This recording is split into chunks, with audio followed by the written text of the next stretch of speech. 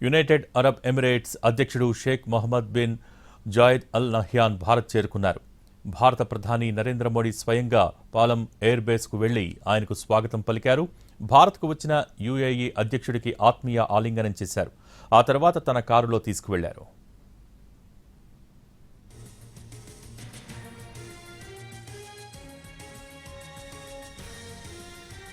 UAE అధ్యక్షుడి పర్యటనలో వాణిజ్యం, పెట్టుబడులు, ఇంధనం, రక్షణ, అంతరిక్షం, సాంకేతికత, ఆహార భద్రతపై ద్వైపాక్షిక చర్చలు జరగనున్నాయి.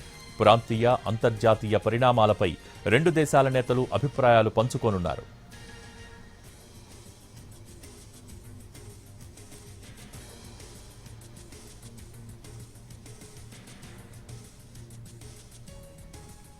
భారత్, యుఏఈ మధ్య ఇప్పటికే బలమైన వ్యూహాత్మక భాగస్వామ్యం కొనసాగుతోంది. గత 10 ఏళ్లలో Sheikh Mohamed bin Zayed Al Nahyan భారత్కు రావడం 5వ కాగా అధ్యక్ష పదవిని చేపట్టాక 3వసారి భారత్కొచ్చారు. ఈ పర్యటన ఇరు దేశాల మధ్య ఉన్న దీర్ఘకాలిక స్నేహబంధాన్ని మరింత బలోపేతం చేయనుంది.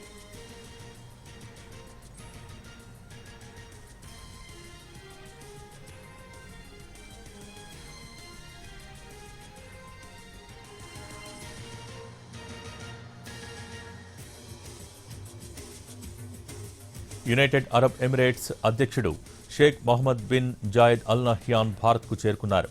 భారత ప్రధాని నరేంద్ర మోడీ స్వయంగా పాలం ఎయిర్ బేస్కు వెళ్లి ఆయనకు స్వాగతం పలికారు. భారత్కు వచ్చిన యుఏఈ అధ్యక్షుడికి ఆత్మీయ ఆలింగనం చేశారు. ఆ తర్వాత తన కారులో తీసుకువెళ్లారు.